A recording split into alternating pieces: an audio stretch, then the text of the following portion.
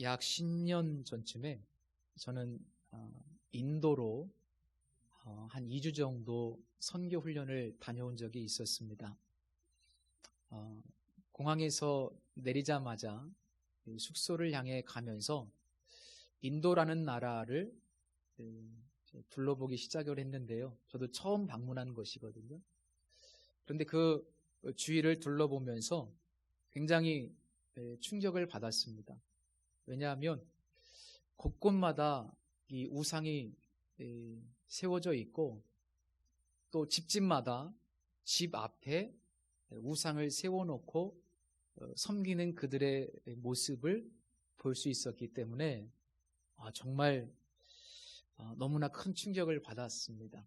마침 제가 방문했던 그 시기는 인도의 힌두교 명절 기간이었습니다. 뿌자라고 하는데, 그 힌두교 명절 기간이었기 때문에 하루 종일 이상한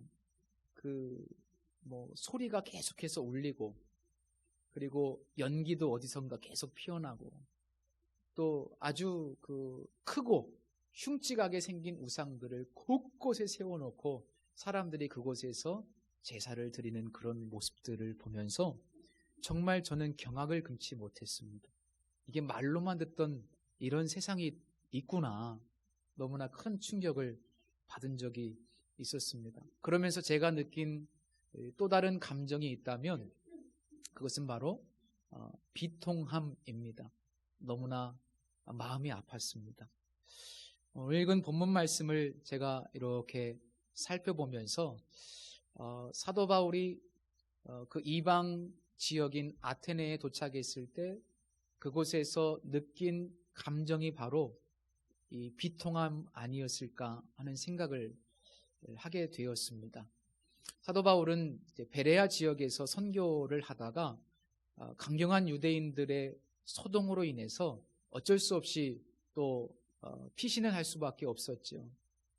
감사하게도 이 베레아 지역의 형제들, 예수 믿지 얼마 안 되는 그 형제들의 도움을 통해서 안전하게 100길로 300km가 넘는 이 아테네 지역으로 피신을 할 수가 있었습니다.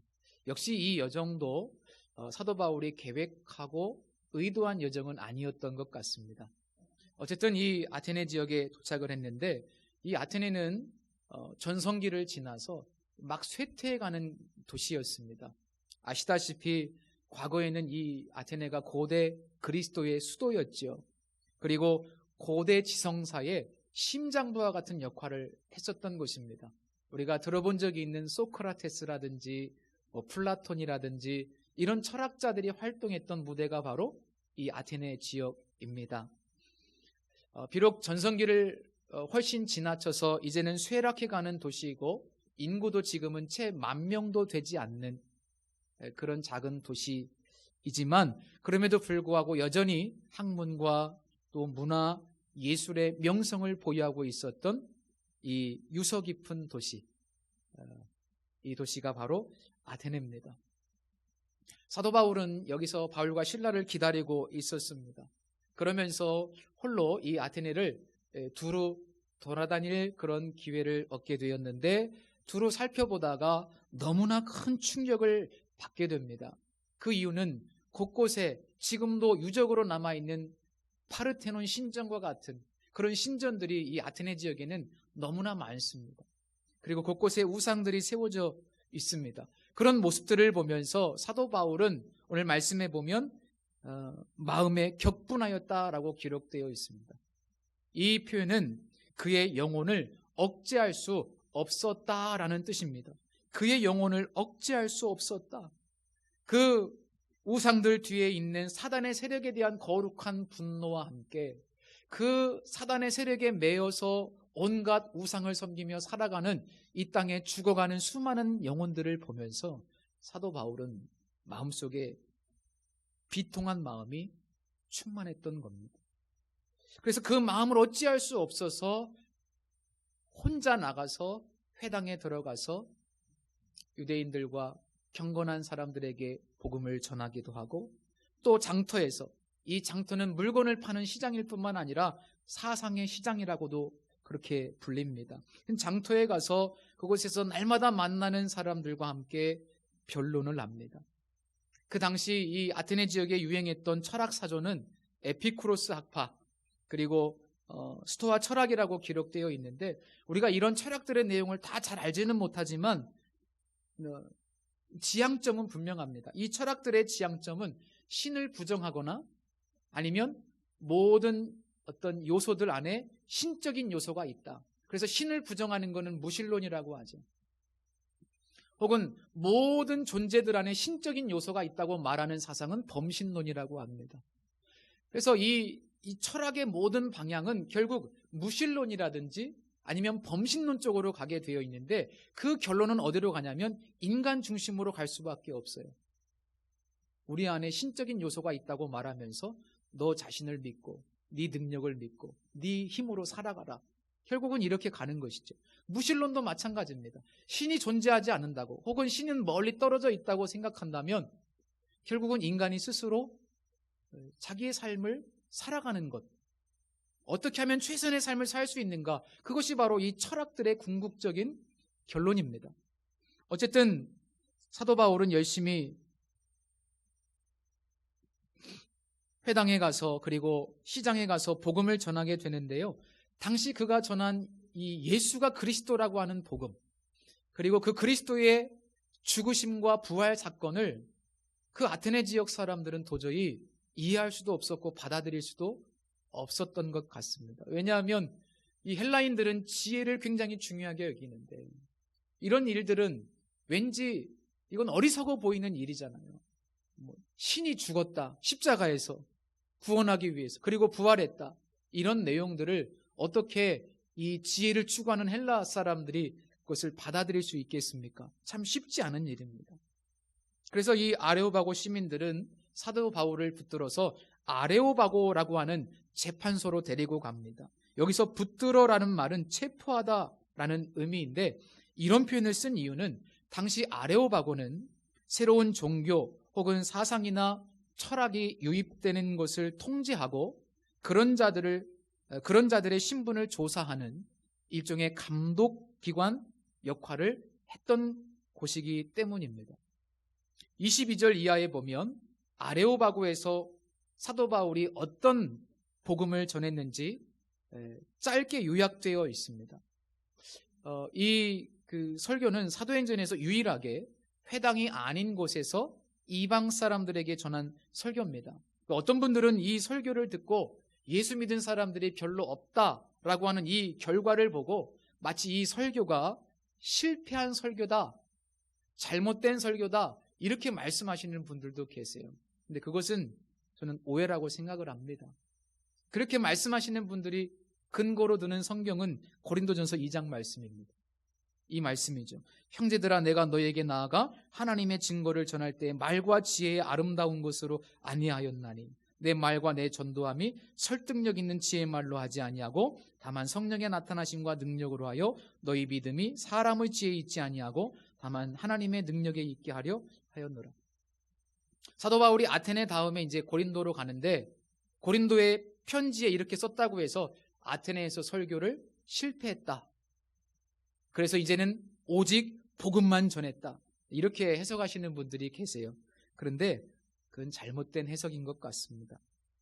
지식을 전했다고 해서, 변론을 했다고 해서 실패했다, 이런 판단은 굉장히 위험한데, 그 이유가 뭐냐면 그러기 때문에 기독교가 자칫 반지성주의로 갈 수 있습니다.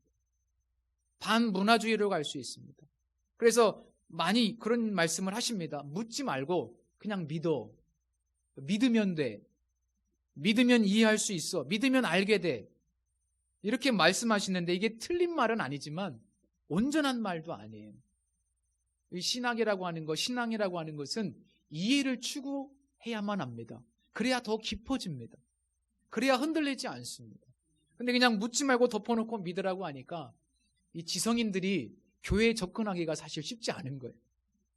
설명해 주지 않으니까.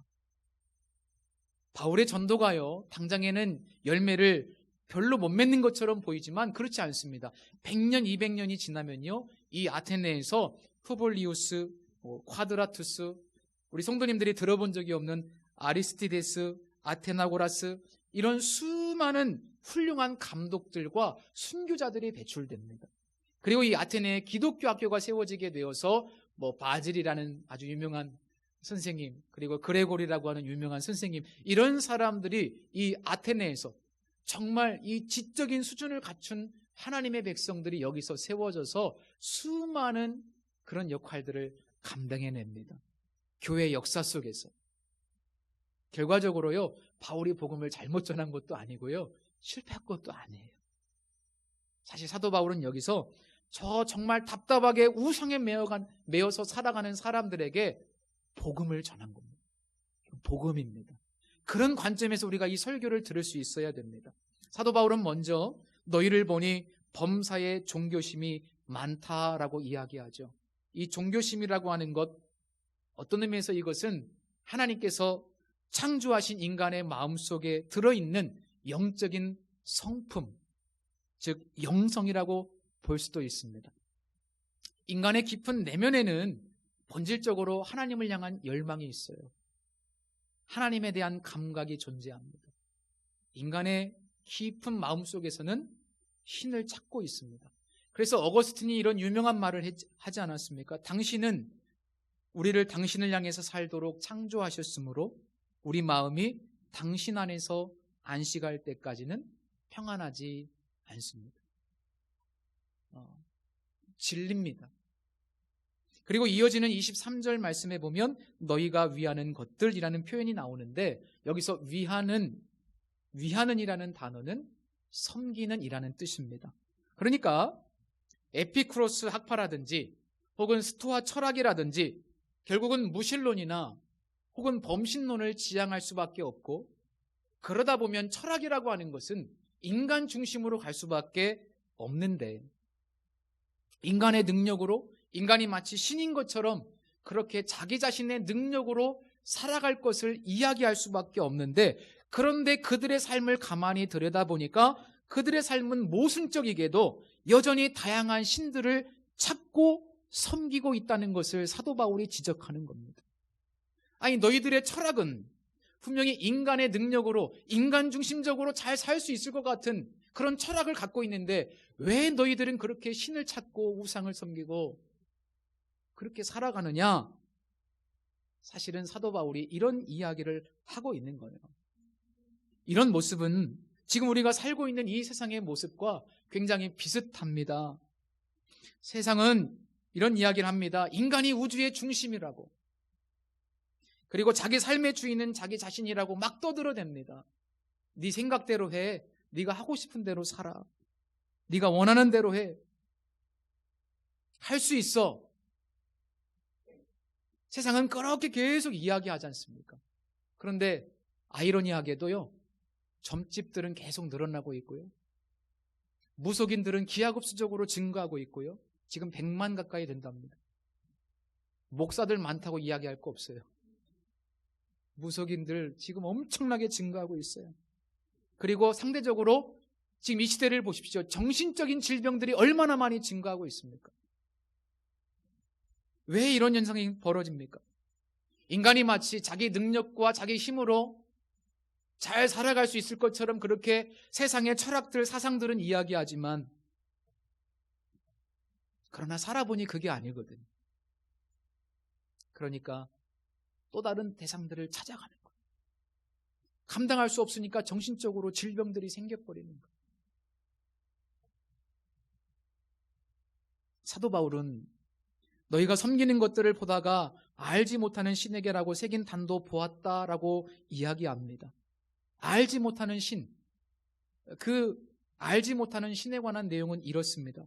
주전 6세기경에, 그러니까 이 사도 바울이 설교하기 벌써 한 500년 이상 전이죠. 주전 6세기경에 에피메니데스라고 하는 구레네 사람이 전염병으로부터 이 아테네 사람들을 구하는 사건이 있었답니다. 이 일에 대해서 이제 신들에게 감사의 제사를 드리게 되었는데, 다 감사의 제사를 드렸는데 꺼림칙한 마음이 드는 거예요. 왜냐하면 혹시 우리가 몰라서 빼먹고 감사를 드리지 못한 신이 있을까 봐 두려운 마음이 든 겁니다. 그래서 이 한쪽에다가 흰 양들, 검은 양들을 여기다가 모아놓고 이곳에 제단을 세워놓고 알지 못하는 신에게라고 써놓고 제사를 드렸다는 겁니다. 혹시 우리가 모르는 신이 있을 수도 있잖아요. 왜냐하면 거기는 다신주의 사회이기 때문에 다 신입니다. 그런데 그 우리가 모르고 빼먹은 그 신이 삐져가지고, 네, 모르고 빼먹으면 삐지지 마시기 바랍니다. 모르고 빼먹은 거예요. 모르고 빼놓고 제사를 드리면 이 신이 삐져가지고 벌을 내릴 수 있기 때문에 알지 못하는 신들 이렇게 써놓고 제사를 드린 거예요. 사실 너무 웃기고 슬픈 이야기죠. 우리 아이들이 쓰는 말로 우픈 이야기입니다. 사도 바울은 인간이 스스로의 힘으로 살아갈 수 있는 존재인 것처럼 이야기하지만 여전히 수많은 신들을 섬기고 찾고 거기다가 알지 못하는 신까지 섬기는 그들의 이런 아이러니한 모습을 보면서 인간의 심연에 있는 아주 본질적인 불안과 두려움을 끄집어냅니다. 불안과 두려움이 없다면 왜 그렇게 수많은 신들을 섬기겠습니까? 불안과 두려움이 없다면 왜 혹시 모를 알지 못하는 신까지 우습게 섬기겠습니까? 여기서 말하는 불안과 두려움은요, 인간이 가지고 있는 기본적인 감정을 넘어서는 겁니다. 기본적인 감정은 좋은 겁니다. 그러나 여기서 말하는 불안과 두려움은 하나님을 떠난 인간이 느끼는 아주 영적이고 본질적인, 어떻게 보면 존재론적인 그런 상태를 의미한다고 볼 수 있습니다. 하나님을 떠난 인간에게 근본적으로 불안이 존재합니다. 하나님을 떠난 인간에게는 그 무엇으로도 해결할 수 없는 근본적인 두려움이 존재한다는 겁니다. 이런 상태를 신학적인 용어로는 아담적 실존이라고 말합니다. 인간의 문제가 뭐예요? 이 불안의 문제. 인간의 문제가 뭡니까? 이 두려움의 문제. 그것을 인간이 해결할 수 없어요. 그래서 신들을 찾고 우상을 만들어가는 겁니다. 현실적으로 생각해 보았습니다. 우리가 불안하고 두려움을 느끼며 살아가는데 그 가장 큰 원인이 무엇일까? 그 가장 큰 원인은 불확실성인 것 같습니다. 불확실성. 내일 일을 알 수 없잖아요. 우리 인간의 삶에는 너무나 불확실한 것들이 많습니다. 공식처럼 삶이 되지 않습니다. 너무나 불확실합니다. 러시아의 대문호 톨스토이의 단편 사람은 무엇으로 사는가에 보면 이런 질문이 있습니다. 인간에게 허락되지 않은 것은 무엇인가? 인간에게 허락되지 않은 것은 무엇인가? 그리고 이 소설에 보면 또 이런 내용이 있습니다. 사나이는 1년을 신어도 끄떡없는 구두를 만들라고 하지만 자기가 오늘 저녁 안으로 죽는다는 것은 모른다. 인간에게 허락되지 않는 것은 무엇입니까? 미래입니다. 인간에게 이 미래는 허락되지 않았어요. 아무리 돈이 많고 아무리 능력이 많아도 그 누구도 1분 1초 후 자신의 인생을 알지 못합니다. 그래서 점쟁이 찾아가는 거 아닙니까? 그렇게 두렵고 불안하니까. 그래서 사람들이 무엇인가를 통해서요, 계속 안전을 확보하려고 해요. 두렵고 불안하니까. 그래서 만들어내는 것들이 우상 아닙니까? 그리고 그 우상 중에서 가장 강력한 이 시대의 우상은 돈입니다. 맘몬. 사람들이 돈을 많이 확보해서 그것으로 안정을 확보하려고 하죠. 그러나 과연 돈이 많다고 해서 진정한 평안과 안정을 누릴 수 있습니까? 지난주에 아주 큰 뉴스가 하나 있었죠. 고 전두환 전 대통령 손자인가요? 그분이 갑자기 나타나서 SNS에서 자기 막 돌아가신 할아버지를 고발하고 또 그리고 부정하게 축제한 재산으로 그 가족들이 얼마나 호의호식을 누리면서 살고 있는지 그런 것들을 막 폭로해버렸어요. 아마도 뭐 천문학적인 돈만 있으면 내 자신뿐만 아니라 내 후손들까지도 떵떵거리면서 아주 잘 살 수 있을 거라는 생각을 했었겠죠. 그런데 과연 그렇게 아름다운가 그들의 인생이? 그렇지 않습니다.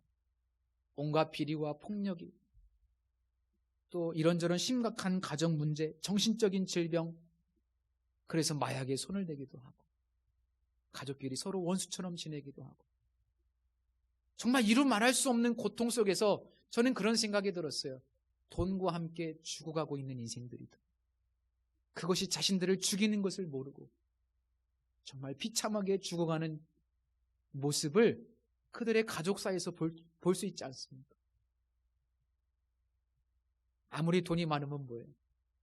지옥에 가서 영원한 심판 속에서 그곳에서 고통을 당하고 있을 텐데, 그게 무슨 의미가 있어요? 그들이 과연 그렇게 많은 돈을 쌓아놓고 그들의 미래가 그렇게 안전하고 행복할 것이라고 생각했지만 진짜로 그렇게 느낄까? 저는 그렇지 않다고 생각합니다. 아테네 시민들 역시 여러 신들을 섬기면서 불안과 두려움을 해소해 보려고 알지 못하는 신까지 섬기고 있지만, 그러나 여전히 해결되지 않는 불안과 두려움 속에서 살아가고 있는데, 사도 바울은 그들을 향하여 유일하신 하나님 여호와께로 돌아오라고 복음을 전하고 있습니다. 하나님께로 돌아오라. 이 설교를 보면요, 어렵습니다. 쉽게 한번 어떻게 설명해 볼까 고민을 했는데 쉽게 안 되더라고요. 이거 어려워요. 그래서 오늘 관점만 좀 보도록 하겠습니다. 이 설교를 보면 먼저 창조로부터 시작을 하죠. 우주와 그 가운데 있는 만물을 지으신 하나님께서는 천지의 주제신이라고 이야기하면서 29절 말씀까지 창조주 하나님에 대한 이야기와 그분으로 인해서 지금도 우리가 존재하고 있다고 선언합니다. 우리가 사실 하나님의 은혜로 존재하고 있다. 하나님은 당신들이 생각하는 것처럼 신은 저 멀리 초월적인 존재이기도 하지만, 그러나 우리에게 무관심한 분이 아니라 지금 여기 함께 하시면서 우리의 호흡까지도 주장하시는 분이시고, 그리고 그분을 알 수 있는 흔적들이 이 창조 세계 안에 너무나 많이 존재한다고 이야기합니다. 우리가 마음을 열고 눈을 크게 뜨고 바라보면 하나님을 인식할 수 있는 일반 계시의 차원들이 이 온 우주에는 가득하다. 왜? 하나님께서 이 세상을 창조하셨기 때문에. 그래서 우리는 별을 보고도 하나님을 느낄 수 있고, 달을 보고도 하나님을 느낄 수 있고, 소생하는 이 봄의 계절을 통해서도 하나님을 느낄 수 있지 않습니까? 그런 얘기들을 하고 있습니다. 그리고 30절 말씀에서는 그분께 돌아갈 수 있는 방법은 회개다. 회개하면 하나님 아버지께로 돌아갈 수 있다. 그리고 31절 이하의 마지막 부분에서는 세상의 마지막 날인 심판에 대해서, 그리고 아마 이 부분에서 예수 그리스도의 죽으심과 부활에 대해서 이야기했을 것 같습니다. 여기서 중요한 것이 심판입니다. 심판의 날. 이 심판은 세상의 끝날이라기보다는 사실은 역사의 완성이라는 측면이 강합니다. 역사의 완성. 그러면 이 설교의 구조를 한번 보십시오. 이 설교는 무엇부터 시작해요? 창조. 창조부터 시작을 해서 역사의 완성으로 끝나고 있죠. 이것은 당시 헬라 철학과는 굉장히 다른 아주 독특한 기독교의 역사관입니다. 기독교의 역사관은 시작이 있고 뭐가 있어요? 끝이 있죠. 알파와 오메가. 맞습니다. 반면에 이 세상 사람들의 어떤 역사관은 뭐예요? 진화론의 기초를 하고 있기 때문에 이 세상 사람들의 역사관은 그냥 직선적으로 흘러가요. 그리고 또 어떤 역사관은 윤회론적입니다. 반복되고 순환된다고 말합니다. 그러나 기독교의 역사관은 그렇지 않습니다. 하나님이 세상을 창조하실 때 시작되었고 주님이 재림하시면 역사가 완성됩니다. 시작과 끝이 있어요. 중요한 것이 뭐냐면 우리가 어떤 역사관을 가지고 있느냐, 역사를 바라보는 어떤 관점을 가지고 있느냐가 우리 인생의 극명한 차이를 만들어 낸다는 겁니다. 회개하고 예수 그리스도를 믿고 하나님께 돌아온 사람들은 심판의 때, 마지막 역사의 완성 때 구원과 영생을 보장받은 사람이 되고, 그 구원과 영생을 보장받고 오늘을 살아갈 수 있다는 것, 오늘을 안전함과 담대함으로 살아갈 수 있다는 것. 사실 그것이 사도 바울이 이 불안과 두려움 속에 살아가는 인생들에게 주시는 복음의 메시지입니다. 한마디로 말하면요, 이미 미래를 보장받은 사람들, 역사는 언젠가 끝나는데 그 역사의 마지막 날에 미래를 보장받은 사람들은 현재를 두려워할 필요가 없고 불안해할 필요가 없다는 이야기를 하고 싶은 거예요. 그러나 반대로 예수 믿지 않는 사람들은 미래가 확정되지 않았기 때문에 오늘 미래를 위해서 열심히 무엇인가를 막 준비하는 삶을 살지만 무엇인가를 통해서 자신의 인생을 보장받으려고 하지만 그러나 결코 보장받을 수 없고 불안과 두려움을 떨쳐버릴 수 없다라는 것. 결국 인간은 두 부류의 사람들로 나눌 수밖에 없습니다. 예수 그리스도 안에 있어서 미래가 확정된 사람, 미래가 이미 확정됐기 때문에 오늘을 평안함으로 살아갑니다. 그러나 예수 밖에 있는 사람들은 미래를 알 수 없기 때문에 오늘 미래를 위해서 열심히 준비하는 삶을 살면서도 불안한 거예요. 그래서 사도 바울은 예수 그리스도를 통하여 회개하고 아버지께로 돌아오라. 그러면 당신들의 인생 보장받게 된다. 그런 이야기 하고 있는 겁니다. 요즘 새벽에 사무엘상 말씀을 묵상하고 우리 성도님들과 나누고 있는데 다윗이 사울 왕으로부터 쫓기는 그런 내용들을 다루고 있습니다. 어떻게 보면 쫓긴다는 것 두렵고 불쌍하고 안타깝죠. 참 피곤하고 불행한 일입니다. 이렇게 쫓기면서 다윗이 하루는 아둘람 굴에 거하게 되는데 그 아둘람 굴에서 하나님께 올려드린 고백이 시편 57편입니다. 그 시편 57편에 보면 다윗이 이런 고백을 드립니다. 하나님이여, 내 마음이 확정되었고 내 마음이 확정되었사오니 내가 노래하고 내가 찬송하리이다. 확정되었다는 표현을 반복합니다. 지금 쫓기고 있는 상황이에요. 목숨이 어떻게 될지 모르는 그런 두려운 상황인데 뭐가 확정되었다는 말입니다. 뭐가 확정된 겁니까? 이 말씀을 묵상하면 하나님을 향한 다윗의 마음이 얼마나 확고부동한지를 깨달을 수 있어요. 그렇게 쫓기면서도 그 이유는 하나입니다. 이미 오래전에 하나님께서 사무엘을 통해서 자신을 왕으로 세우셨기 때문에, 하나님이 자신을 왕으로 세우셨다는 그 확신, 그리고 하나님은 자신의 약속에 신실한 분이라고 하는 믿음, 다윗의 마음속에는 그 확신이 있는 거예요. 이미 미래가 결정됐습니다. 누가 뭐라고 해도, 아무리 이 세상의 가장 강한 권력자가 자신을 죽이려고 추격해 올지라도 내 인생, 내 미래는 확정되었기 때문에 내가 그 깊은 고난 속에서도 하나님을 찬양할 수 있습니다. 내가 하나님을 찬양합니다. 내 마음이 확정됐습니다. 하나님 안에서 미래가 이미 결정된 사람은요, 오늘 어떤 고난과 어려움 속에서도 소망을 잃지 않습니다. 그리고 담대하게 오늘을 살아갈 수 있습니다. 주님께서도 이렇게 말씀하셨습니다. 먼저 그의 나라와 그의 의를 구하라. 그리하면 이 모든 것을 너희에게 더하시리라. 너희들은 이미 하나님의 자녀가 되었고 미래가 확정된 존재들이기 때문에 내일 먹고 입는 것을 오늘 걱정할 필요가 없다. 내일 먹고 입는 것을 오늘 열심히 준비하는 삶을 살지 않아도 된다고. 주님이 그렇게 말씀하셨어요, 성도 여러분. 많은 사람들은 내일 먹을 거를 위해서 오늘 열심히 준비하는 삶을 살잖아요. 그런데 주님은 그거 다 아버지께서 주신다. 오늘 내일을 위해서 그렇게 두려움 가운데 살지 말고 오늘은 어떻게 살아야 되냐면 먼저 그의 나라와 의를 구하는 삶을 살아라. 그런 건 다 준비할 테니까. 왜 이렇게 너희들은 두려움과 불안 속에서 살았냐? 염려한다고 너희 키가 한 자라도 클 수 있느냐? 아버지 하나님은 예수 그리스도 안에서 어떤 거룩한 목적을 가지고 지금 우리 인생들을 붙들고 계십니다. 그리고 하나님은 어떤 사건과 어떤 일들을 통해서 우리를 연단하시고 합력하여 선을 이루어 가시면서 우리 인생을 경영해 가십니다. 우리의 어리석음과 우리의 미련함과 우리의 잘못된 선택들과 실수와 죄악들이 있지만 그러나 그럼에도 불구하고 우리 인생을 경영하셔서 최선을 만들어 가시는 거예요. 지금 우리는 그 하나님의 은총 가운데 있어요. 그런데 우리는 자꾸 오늘 내일을 염려해.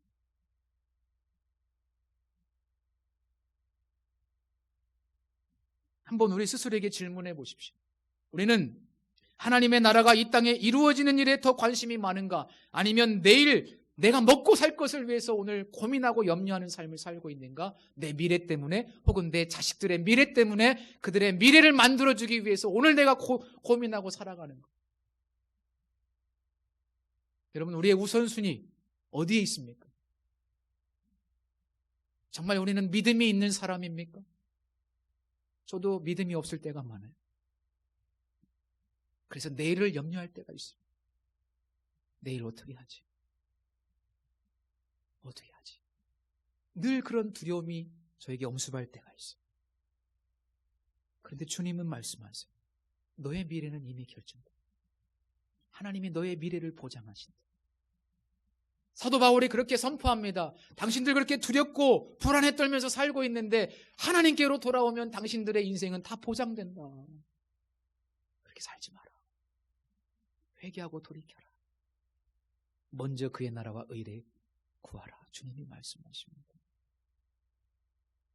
내 미래가 다 이미 보장되었다고 믿는다면 오늘 우리는 하나님의 뜻에 더 관심을 기울이게 될 것이 분명하고 하나님의 나라와 교회를 위해서 관심을 기울이게 된다고 저는 믿습니다. 사도 바울이 훗날 이렇게 담대하게 선포하지 않습니까? 보라, 내가 너에게 비밀을 말하노니 우리가 다 잠잘 것이 아니요 마지막 나팔의 순식간에 호련히 다 변화되리니 나팔 소리가 나매 죽은 자들이 썩지 아니할 것으로 다시 살아나고 우리도 변화되리라. 우리 주 예수 그리스도로 말미암아 우리에게 승리를 주시는 하나님께 감사하노니 그러므로 사랑하는 형제들아 견실하며 흔들리지 말며 항상 주의 일에 더욱 힘쓰는 자들이 되라. 먼저 그의 나라와 그의 일을 구하라. 그리하면 이 모든 것을 너에게 더하시리라. 같은 맥락이라고 저는 봅니다. 사도 바울처럼 살 수 있는 사람들은 예수 그리스도 안에 있기만 하면 다 이렇게 살 수 있는 거예요.